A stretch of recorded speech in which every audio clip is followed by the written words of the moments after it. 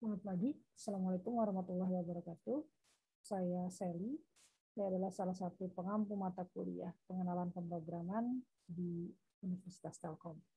Pada video kali ini saya akan coba bahas terkait pretest minggu ketiga mengenai pengkondisian yang ada di LMS.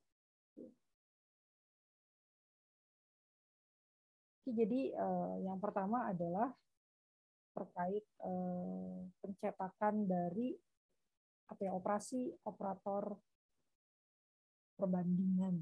Jadi kalau kalian lihat di modul 3, itu kita mempelajari terkait operator perbandingan. Operator perbandingan itu ada lebih dari, kurang dari, lebih dari sama dengan, kurang dari sama dengan, dan tidak sama dengan. Gitu. Nah, setiap operasi dari operator perbandingan itu return-nya adalah boolean. Jadi kalau nggak true, false. Nah, nilai kembalian itu, nilai return itu yang akan dicetak oleh perintah print gitu. Ya.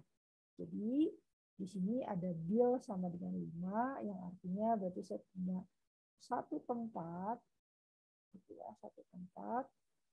Kemudian kita kasih nama bill, kemudian angka 5 kita meminta untuk memasukkan angka 5 ke dalam variabel bill tersebut gitu ya. Tempat sini gitu. Jadi ini isinya 5. Nah, kemudian di baris kedua ini ada print, memanggil fungsi print. Ingat fungsi print adalah fungsi untuk mencetak gitu ya. Jadi kalau di baris pertama ini kita melakukan assignment, kita memerintahkan komputer untuk memasukkan angka 5 ke dalam variabel bill. Nah, di baris kedua itu kita memerintahkan komputer untuk mencetak sesuatu gitu. Sesuatunya ada di dalam kurungnya itu gitu yang kita sebutnya argumen ya, argumen dari fungsi print gitu. Nah, maka kita harus mengevaluasi yang di dalam dulu gitu. Karena ini bukan string nih. Kalau print terus dalam kurungnya string itu kan tinggal langsung dicetak aja ya yang tertulis di situ. Tapi ini bukan string, tapi ini adalah operasi dari operator perbandingan. Maka kita harus evaluasi dulu. Apa sih operasinya, yaitu bill lebih dari 10. Jadi ingat kalau operasi dari operator perbandingan itu artinya nanya. Ya, apakah yang sebelah kiri itu sama dengan yang bukan sama dengan?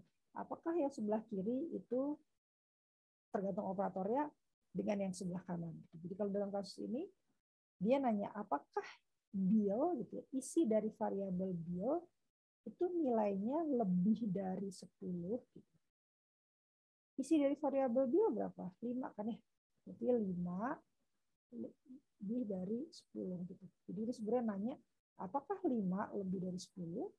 Tentu saja salah kan ya, karena 5 itu kurang dari 10, maka jawabannya adalah gitu ya. Ini kan pilihannya nih ada true, ada false gitu. Dia cuma dua pilihan itu aja kalau nanya.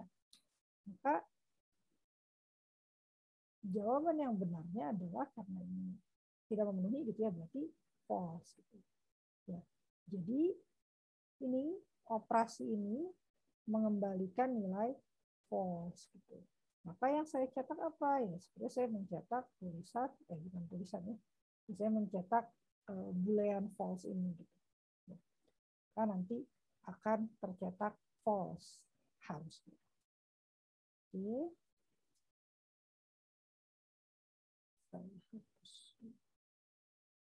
Nah, yang kedua adalah ini sama gitu ya, makanya disatukan di satu halaman. Tapi sekarang kalau tadi saya punyanya, saya gambar ulang. Kalau tadi saya punyanya bill gitu ya, yang isinya 5, sekarang saya punya variabel umur gitu. Misalnya di mana? Di sini gitu ya. Ini namanya umur. Kemudian saya minta komputer, di line ke-1 saya memerintahkan komputer untuk memasukkan bilangan bulat 20 ke dalam variabel yang namanya umur. Jadi ini isinya 20. Gitu. Oke, selesai line pertama. Nah sekarang line kedua, baris kedua, kita memerintahkan komputer untuk print umur lebih dari 18. Gitu. Jadi saya memerintahkan komputer gitu ya, baris 2 memerintahkan kepada komputer untuk mencetak sesuatu gitu. Apa itu sesuatunya? Sesuatunya ternyata adalah sama seperti sebelumnya, adalah operasi dari operator perbandingan gitu. Jadi artinya ini pasti ngembaliinnya kalau enggak true, ini false gitu. Umur itu berapa memang isinya? Oh, ternyata umur itu 20 gitu. Jadi sebenarnya sama aja saya nanya apakah 20 lebih dari 18 gitu. Maka benar kan ya 20 lebih dari 18, maka hasilnya dia mengembalikannya true gitu ya. Jadi ini satu kotak ini kembaliannya true, sehingga baris kedua itu sebenarnya saya meminta komputer untuk mencetak true gitu. Maka harusnya ini. Oke, kita lanjutkan. Selanjutnya adalah ini hanya sintaks ya. Jadi gimana sih caranya menulis statement if dalam Python gitu ya. Ingat kalau if itu artinya kan kalau ada kondisi dan kondisinya itu benar memenuhi, maka saya baru melakukan aksi kan gitu ya. Jadi kalau ini kan aksi duluan, nah ini salah pasti. Ya. Pasti kalau if itu setelah if itu adalah suatu kondisi. Gitu ya. Ini juga karena aksi duluan salah, mana lagi yang aksi duluan ini salah gitu. Jadi kemungkinannya tinggal dua ini gitu ya. Kemungkinan tinggal dua ini. Nah tapi ini kondisinya ada di sebelum if gitu. Padahal harusnya kondisi itu di setelah if. Jadi jawabannya ya. Oke. Nah selanjutnya ini masih sama tentang sintaks juga. Bagaimana penulisan statement if else sekarang pada Python. Ya, ingat ya kalau if else itu sebenarnya satu blok if. Kita bicara kalau bila suatu kondisi benar, maka saya akan melakukan ini dengan if. Nah, else itu kalau diterjemahkan itu kira-kira kalau tidak, gitu ya. Bila tidak memenuhi if, maka saya melakukan sesuatu. Jadi bila tidak memenuhi if, artinya si else ini nggak punya kondisi tertentu sendiri gitu. Jadi dia benar-benar tergantung oleh if yang di atas. Maka sama seperti ini ya, if itu setelah if baru kondisi. Berarti ini bisa jadi benar, ini bisa jadi benar, ini bisa jadi benar, yang ini nggak mungkin gitu ya. Karena if itu harus duluan. Karena aneh ya. Karena else itu kan kayak bila tidak gitu. Jadi tidak mungkin dia ada di awal. Nah ini juga bisa jadi benar gitu. Ternyata yang salah cuma mungkinnya satu aja gitu. Oke, jadi if kondisi, maka saya melakukan aksi gitu kan ya. If kondisi saya melakukan aksi, if kondisi saya melakukan aksi, oh benar semua nih gitu. Nah, kemudian selanjutnya adalah ini ada huruf besar gitu ya. Keywordnya tidak pakai huruf besar, baik if maupun else semuanya pakai huruf kecil. Jadi ini nggak mungkin. Ini juga nggak mungkin. Ini juga nggak mungkin nih. Ini else-nya hurufnya besar juga gitu. Jadi sebenarnya kemungkinannya cuma ini aja yang benar gitu ya. Nah kalau kita lihat memang benar karena if kondisi maka saya melakukan aksi, else lihat nih. Saya tidak punya kondisi sendiri di else. Kalau else itu dia kayak nampung semua yang ditolak oleh yang di atas gitu. Jadi kalau misalnya di if sini ditolak kondisinya false, maka dia udah nggak ditanya-tanya lagi kondisinya, udah silakan masuk aja ke dalam else sini gitu ya. Jadi yang benar adalah A. Oke. Lanjut. Apa output dari potongan program berikut?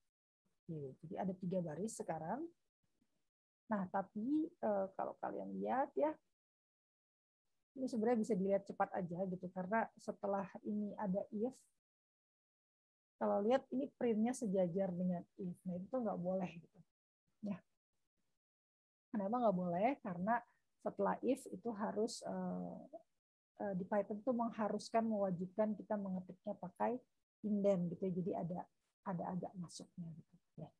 Jadi ini jelas sebenarnya error gitu. Yang A. Tapi kalau misalnya tidak error, misalnya bukan tidak error, misalnya printnya benar gitu ya, nulisnya agak ke sana gitu ya, maka kira-kira apa sih yang terjadi gitu ya? Itu kalian bisa latihan itu gitu ya. Tapi rasanya pertanyaan itu akan ada di soal yang lain, jadi saya tidak akan bahas di sini ya. Kalau ini berarti hasilnya error. Nah ini aja gitu ya. Jadi output. Apa output program berikut? Kita lihat ada 1, 2, 3, 4, 5, 6, 7 baris. Tapi kalau kalian lihat ini karena else if, maka ini sebenarnya hanya satu blok if saja gitu. Ya, satu blok if. Jadi kita lihat ini berarti saya punya variabel namanya menu gitu ya.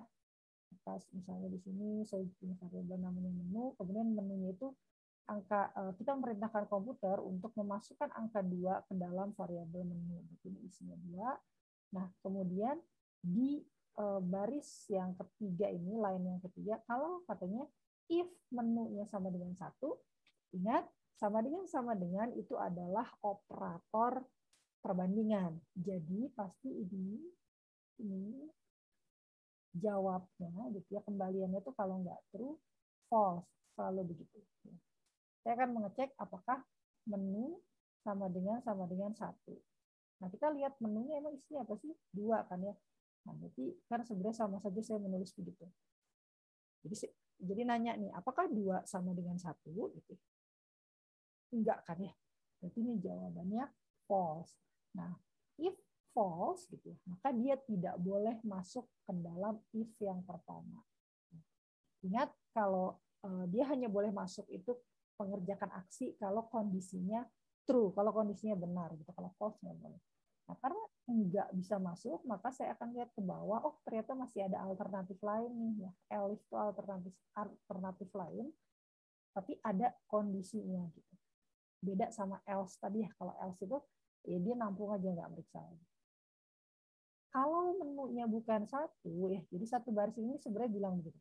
Kalau menunya bukan 1 dan dia menunya adalah 2 gitu ya, atau tapi dia menunya ada 2 adalah 2, maka sudah kita ngecek apakah menunya sama dengan 2. Menu itu isinya apa? Kan belum berubah ya 2. Apakah 2 sama dengan 2? Ya. Nah, berarti ini kembaliannya adalah true gitu. Karena memang benar 2 kan sama dengan 2 gitu ya.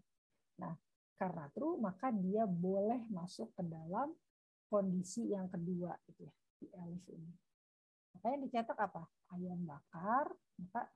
Maka di dalam sini lihat nih, ini karena masuk ke dalam elif ini kondisi yang kedua, maka kita memerintahkan komputer untuk mencetak yang ada di dalam buka kurung tutup kurung, yang ada di dalam argumennya gitu. Nah, yang di dalam argumennya apa? Oh, ternyata string. Kalau string berarti ya udah, saya tidak perlu melakukan evaluasi apa-apa, saya tinggal tulis apa yang ada di situ aja. A, I, A, M gitu ya. Jadinya ayam, ini tercetak ayam bakar, titik 2 dan seterusnya gitu lah ya. Oke. Nah, kemudian setelah dia masuk ke elif, apa yang dia lakukan? Ingat, kalau else if itu dia sifatnya itu apa ya? Jadi kalau sudah masuk di antara salah satu itu ya udah dia keluar dari blok if itu karena udah berhasil nih misinya masuk ke salah satunya gitu. Dia keluar dari blok if itu. Blok if-nya sebesar apa sih? Nah, ini blok if-nya dari mulai line 3 sampai line 8. Jadi dia keluar dari blok if dan dia akan mengerjakan aksi atau kode yang ada di baris ke-9. Tapi kan ini dalam kasus ini tidak ada ya baris ke-9 ya. Berhenti di 8, jadi ya udah selesai. Jadi kalau yang ditanya yang tercetak yang mana, berarti yang ayam bakar, mana ayam bakar. Ini ya. Oke. Jadi ini bedanya elif dengan kalau misalnya tiga-tiganya if gitu ya. Kalau if itu pasti dicek terus. Oke. Kita lanjutkan.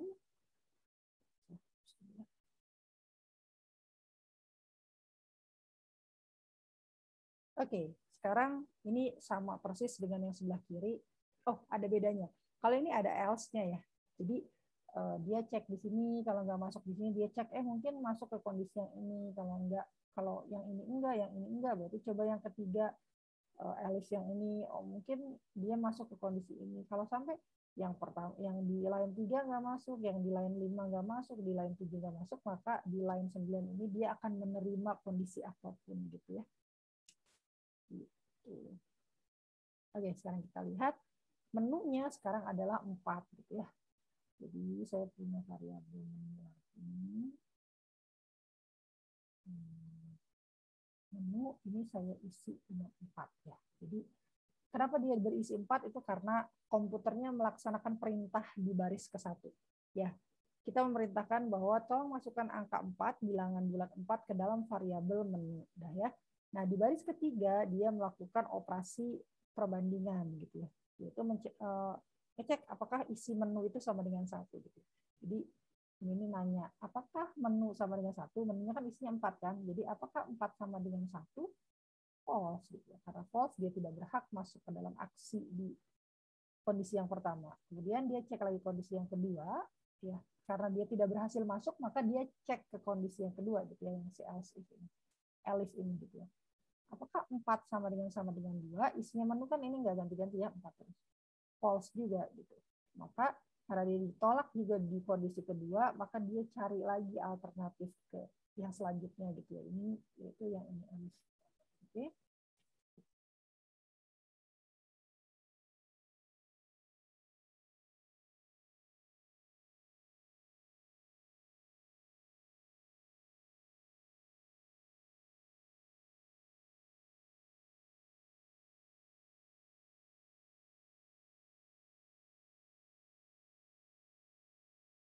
Oke, di yang alternatif ketiga ini masih false juga gitu, karena apakah 4 sama dengan 3 masih false kan ya. Nah, karena masih false, maka dia akan coba alternatif selanjutnya. Wah, ternyata di alternatif selanjutnya dia unconditional gitu ya, tanpa kondisi gitu. Dia mau menerima apa adanya gitu. Jadi setelah ditolak di bagian baris ketiga, ditolak di baris kelima, ditolak di baris ketujuh, akhirnya dia sampai ke baris 9 yang tanpa kondisi. Maka dia akan langsung masuk dan kemudian mencetak menu tidak valid gitu. Jadi ini bukan hanya 4 yang diterima ya. Ini kan 4-nya 5, 6, 7, 10. Pokoknya selama dia bukan 1 atau 2 atau 3, dia akan masuk ke dalam else dan akan mencetak menu tidak valid. Jadi harus ini. Oke, kita lanjutkan.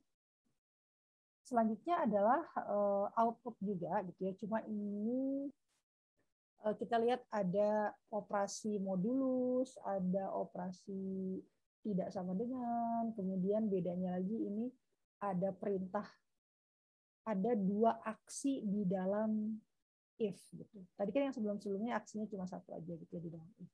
Oke, kita lihat. Oke, kita lihat baris pertama. Baris pertama adalah komputer memerintahkan untuk memasukkan komputer diperintah gitu ya. Kita yang merintah untuk memasukkan angka 3 ke dalam variabel A. Jadi ceritanya ini udah ada variabel A gitu ya. Kemudian kita minta angka 3 dimasukkan ke variabel A. Jadi kita masukkan di sini. Gitu ya. Nah, kemudian di baris kedua ini ada if gitu ya. If itu artinya saya mau memeriksa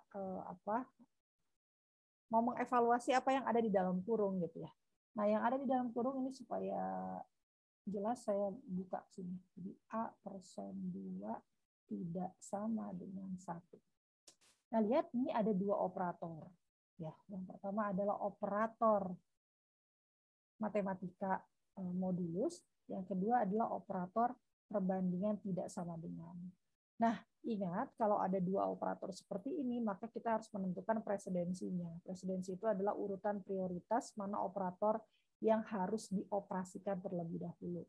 Nah, kalau kalian masih ingat, di modul 3 itu juga ada urutan operator yang sudah diupdate dengan menambahkan operator perbandingan gitu. Nah, kalau kalian lihat lagi kalau lupa, itu operator perbandingan itu adanya di paling terakhir gitu. Jadi modulus itu presidensinya prioritasnya itu lebih tinggi daripada operator perbandingan.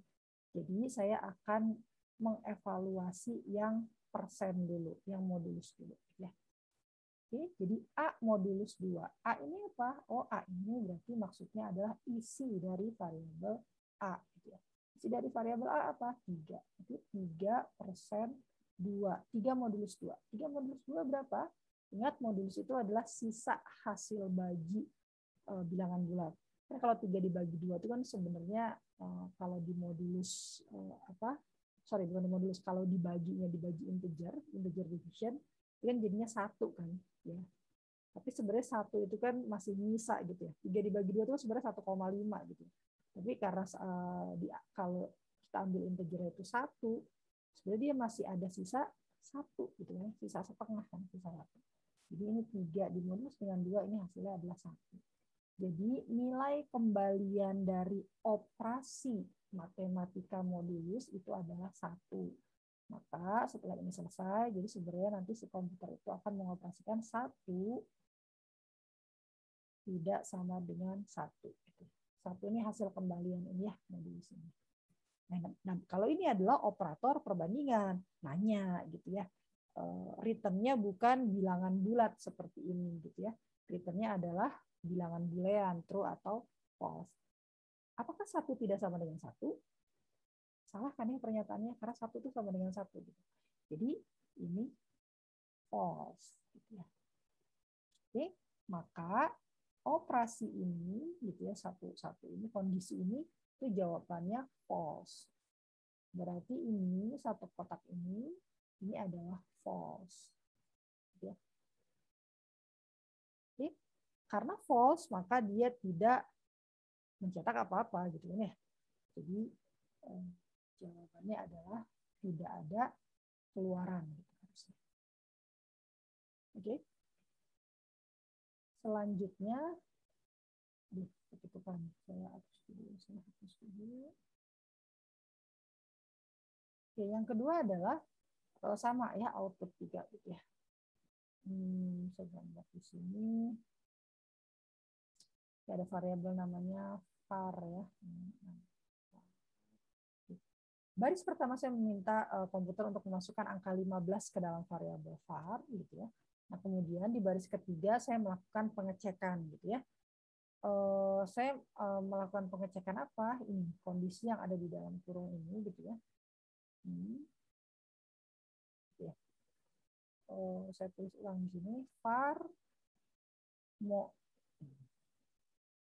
modulus 3 sama dengan 0. Sama seperti sebelumnya, ini ada 2 operator. Mana yang presidensinya lebih tinggi, yang prioritasnya lebih tinggi. Nah, yang lebih tinggi adalah modulus. Jadi ini yang saya operasikan dahulu, saya evaluasi dulu. Ini kalau dievaluasi, returnnya apa? VAR-nya ini kan 15, berarti 15% 3. 15 modulus 3 itu kan habis ya, jadi nggak ada sisanya gitu. Maka sisanya adalah 0. Nah, terus setelah itu ini selesai dievaluasi, maka selanjutnya adalah mengevaluasi operasi perbandingan. 0 sama dengan 0. Jadi artinya apakah 0 sama dengan 0? Sama kan ya? Karena sama, maka dia kembaliannya adalah true gitu. Berarti ini true gitu ya. If true, maka dia akan melakukan aksi yang ada di dalam blok if yang bersangkutan. Ya. Print kelipatan 3. Oke, berarti ini saya print kelipatan 3. Oke. Nah, karena dia sudah masuk ke if yang ini, apakah dia masih masuk if yang ini? Jawabannya adalah iya. Kenapa? Karena itu blok if yang berbeda. Jadi berbeda dengan elif yang tadi. Kalau elif itu, kalau if, elif, walaupun elifnya banyak sekali, itu kita anggap sebagai satu blok if. Karena kalau dia masuk ke salah satunya saja, di tengah-tengah atau paling atas, pokoknya sebelum terakhir lah ya, itu dia langsung keluar gitu. Dia tidak ngecek lagi elif-elif di bawahnya. Tapi kalau ini ada 2 blok if. 1, 2. Jadi sebenarnya nggak ada urusan gitu dengan if yang di atasnya. Kalau yang ini mah, kalau elif itu terkait dengan if yang di atas. Tapi kalau sama-sama if, dia nggak ada hubungannya gitu, karena dia blok yang berbeda. Jadi walaupun dia sudah mencetak kelipatan 3 ini masuk ke dalam sini, ya pas ke sini dicek lagi gitu. Karena itu udah blok if yang beda. Oke, kemudian yang ini sama, kita akan cek yang ini var, ini kan ada persen, ada sama sama kayak tadi, saya akan mengevaluasi yang modulus dulu. Var isinya 15 dimodulus dengan 5. 15 modulus dengan 5 juga sama kan, habis kan ya. 15 dibagi 5 kan habis. Maka sisanya jadi 0. Oke. Kemudian yang selanjutnya adalah saya memeriksa 0 sama dengan 0. True ya, apakah 0 sama dengan 0? True. Berarti if yang ini juga returnnya true. Yang di dalam kondisi. Karena dia returnnya true, maka dia akan masuk ke dalam aksi if yang kedua, yaitu mencetak, komputer diminta untuk mencetak print kelipatan 5. Selesai gitu ya, setelah baris 7 selesai. Maka mana outputnya? Berarti outputnya yang B. Gitu. Oke. Selanjutnya, Nah, kalau ini sih apa ini ya? Bagaimana simbol perbandingan kurang dari atau sama dengan ya ini ikutin aja. Kurang dari gini. Sama dengan begini gitu. Ya udah berarti yang mana? Yang ini gitu. Ya. Oke.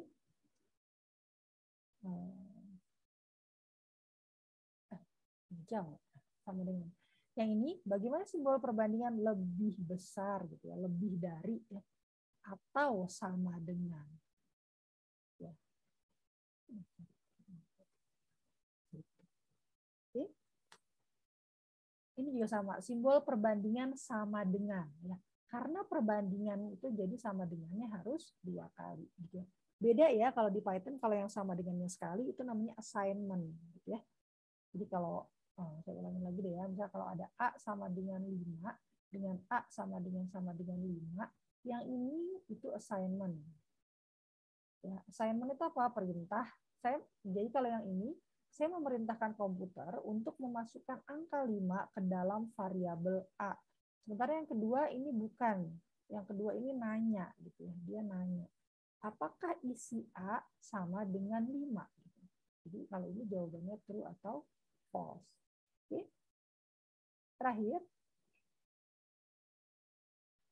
Terakhir yang tentang simbol maksudnya ya. Simbol perbandingan tidak sama dengan gitu. Tidak sama dengan kan begini ya.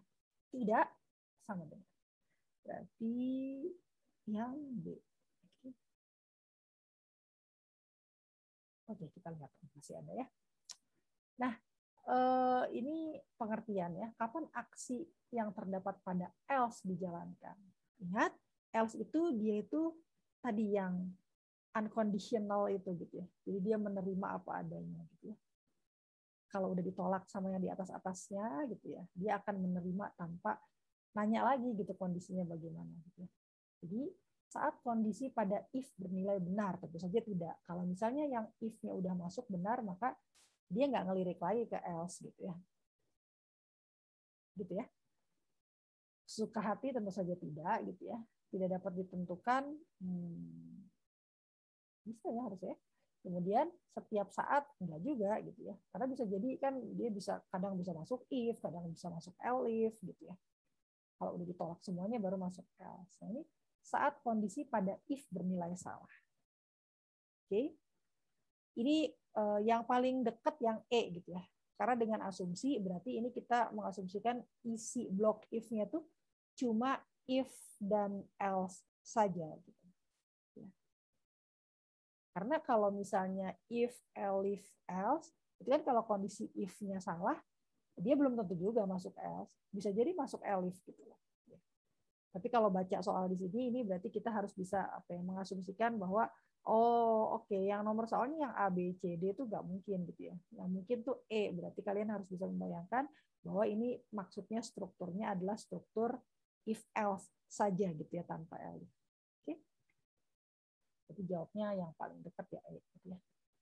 Kemudian yang selanjutnya kapan aksi yang terdapat pada if dijalankan? Nah, ini kan gampang ya. Kapan aksi yang di dalam if dijalankan? Nah, kalau saat kondisi pada if bernilai salah tentu saja tidak, dia tidak berhak masuk ke dalam tidak berhak mengerjakan aksi gitu ya. Di if yang terkait setiap saat juga enggak, karena tergantung tidak dapat ditentukan tentu saja dapat. Nah ini saat kondisi if ini ya. Oke, yang saya suka hati tentu saja tidak. Oke. Selanjutnya, statement yang digunakan untuk membuat pilihan if lebih dari 2. Jadi kalau pilihannya lebih dari 2, itu saya kan bisa if gitu ya. Tapi kalau itu adalah pilihan terkait satu sama lain, maka kita akan pakai elif gitu ya. Kalau di bahasa Python kita pakainya elif gitu ya. Mungkin ini yang harusnya ada. Kalau tidak ditulis bahasanya apa ya by default karena kita belajar sintaks Python gitu ya, berarti dalam bahasa Python gitu ya. Berarti yang elif. Oke. Nah, ini adalah tadi blok if ini ya, blok conditional.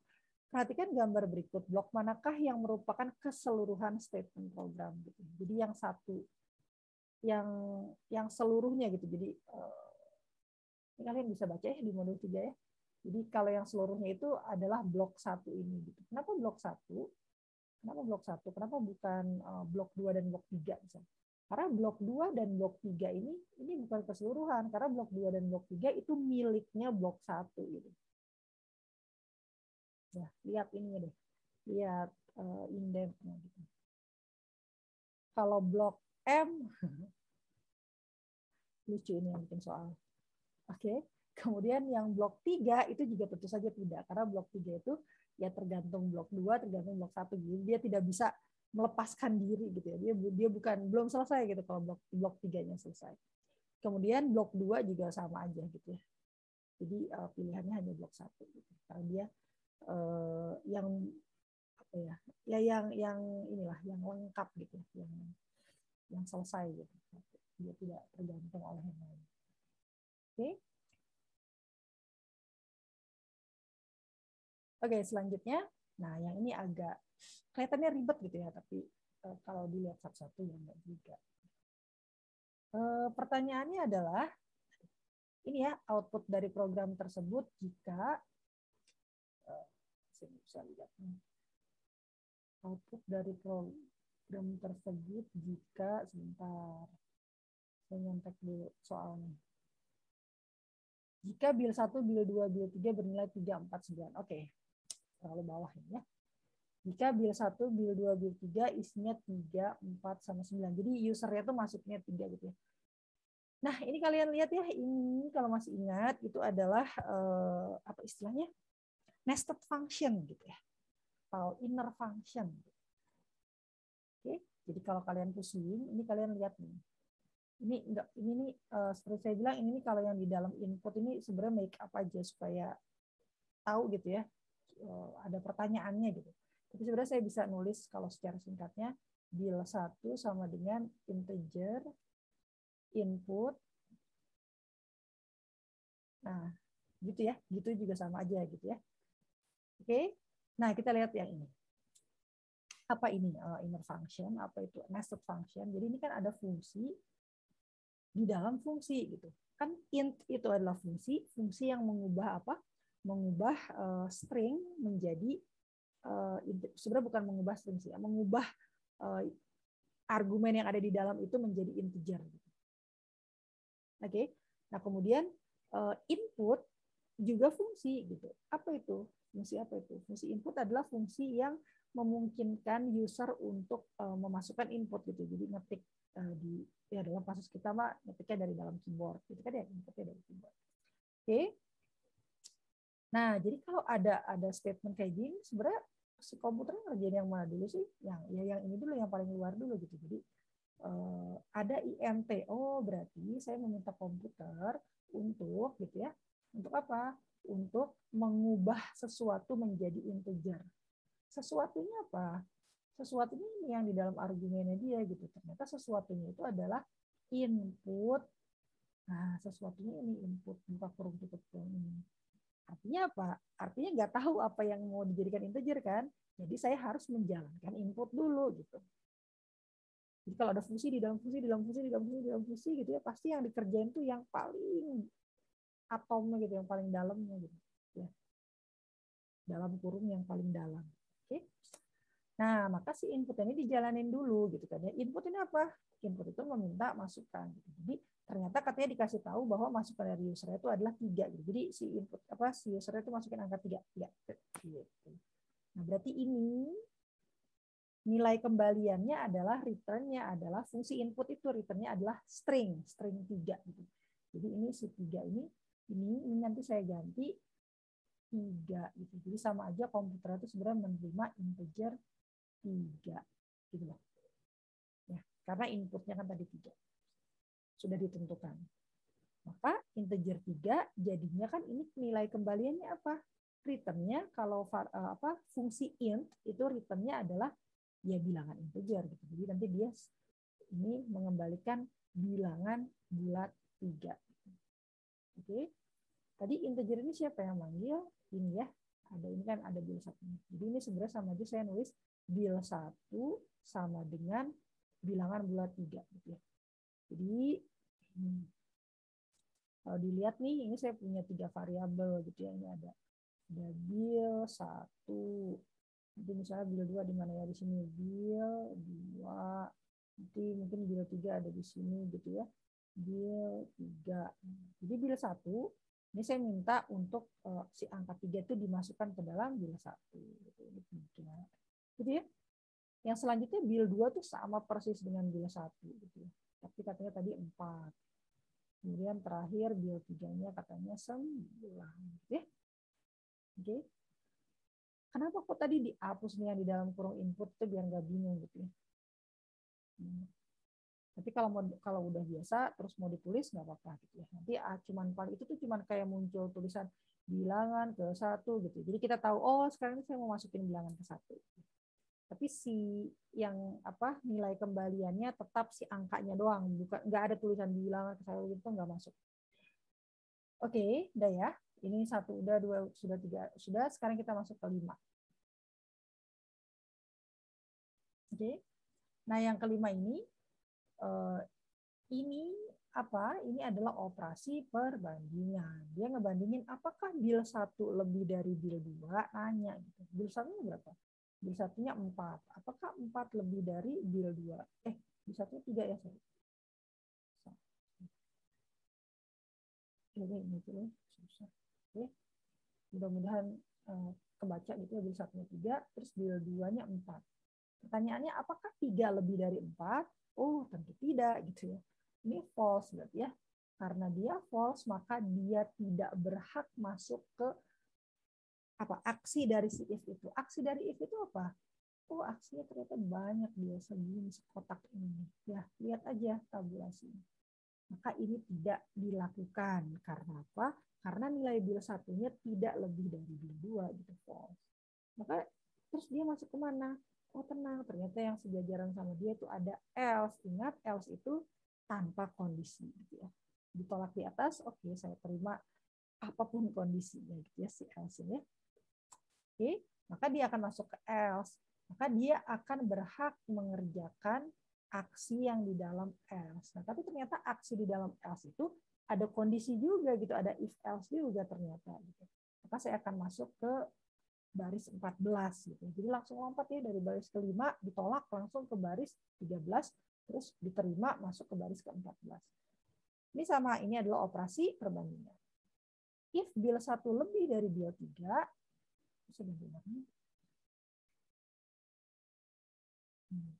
bil 1-nya berapa? Bil 1-nya 3, bil 1-nya 3.